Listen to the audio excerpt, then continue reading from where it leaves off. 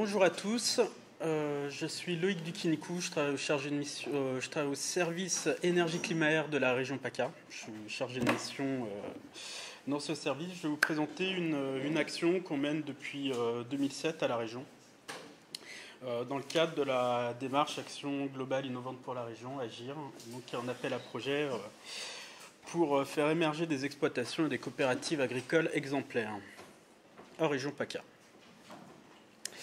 Une petite présentation plus large au niveau de la démarche Agir. Donc c'est une démarche qui a été lancée en 2007. Pour la petite histoire, son petit nom avant c'était l'Altéritaire. Voilà, la région a soutenu le programme ITER à hauteur de 70 millions d'euros. Suite à un accord politique, il a été question de se mettre d'accord, de dire ITER, c'est peut-être bien dans quelques temps. Donc il ne faut pas abandonner la maîtrise de l'énergie et les énergies renouvelables entre-temps.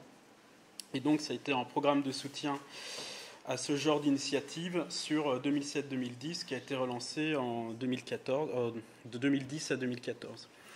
On a plus de 1000 projets qui ont été soutenus dans ce cadre-là. Donc il n'y a pas que l'agriculture, il y a les collectivités, les filières énergétiques. Les entreprises et beaucoup d'autres acteurs qui ont été financés dans ce cadre. Sur la deuxième phase qu'on a appelée Agir Plus, donc il y a d'autres chantiers qui ont été lancés, chantiers plus ou moins à la mode, économie circulaire, filière verte, suivi des plans climat, etc. etc. Et la valorisation des bonnes pratiques qui est quand même un point assez dur, et dont je pense qu'on parlera après très certainement. Alors, je reviens en 2008, où les services de la région, donc énergie et agriculture, sous la commande de nos élus, ont décidé de travailler sur la question de l'agriculture et de l'énergie. Pour ça, on a essayé de ne pas tout faire en chambre. On est allé voir des organisations agricoles, qui étaient 3 à l'époque, pour essayer de travailler avec elles sur à quoi pourrait ressembler un appel à projet pour faire sortir 100 exploitations exemplaires sur le territoire.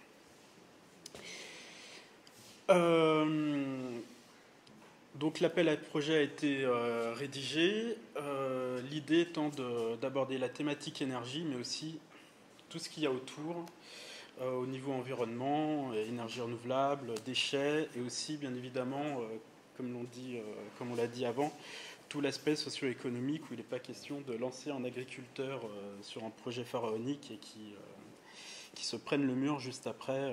On n'est pas là pour ça. Deuxième aspect de l'appel à projet, donc comment nous, région, on allait intervenir. Le fait est que, n'étant pas doté du don d'ubiquité, il faut qu'on s'appuie sur des organisations.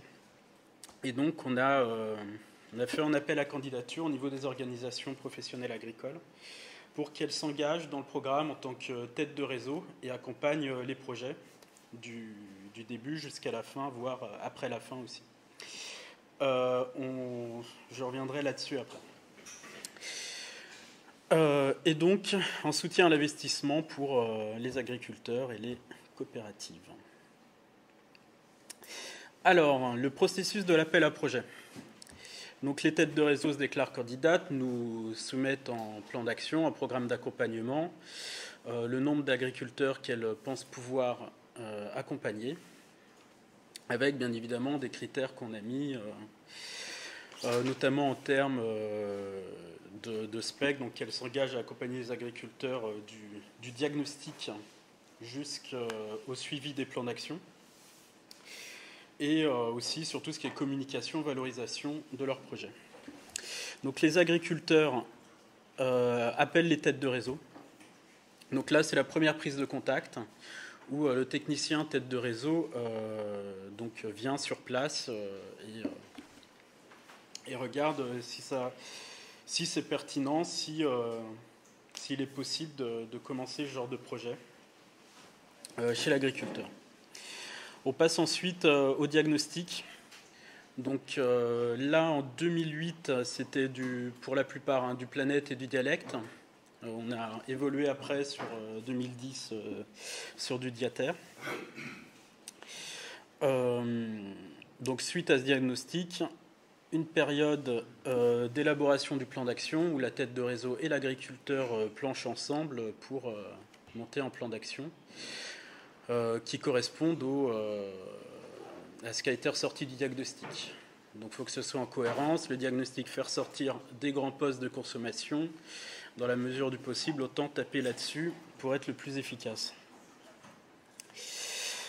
Les têtes de réseau avaient aussi la lourde charge de préparer et d'accompagner les agriculteurs dans la préparation de leur dossier de subvention.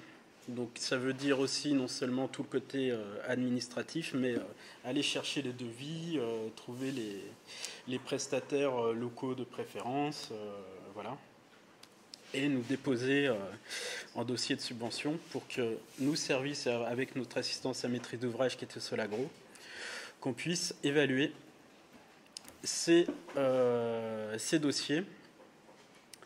Alors on avait une grille de notation, une grille de lecture pour évaluer les projets, où on s'appuyait donc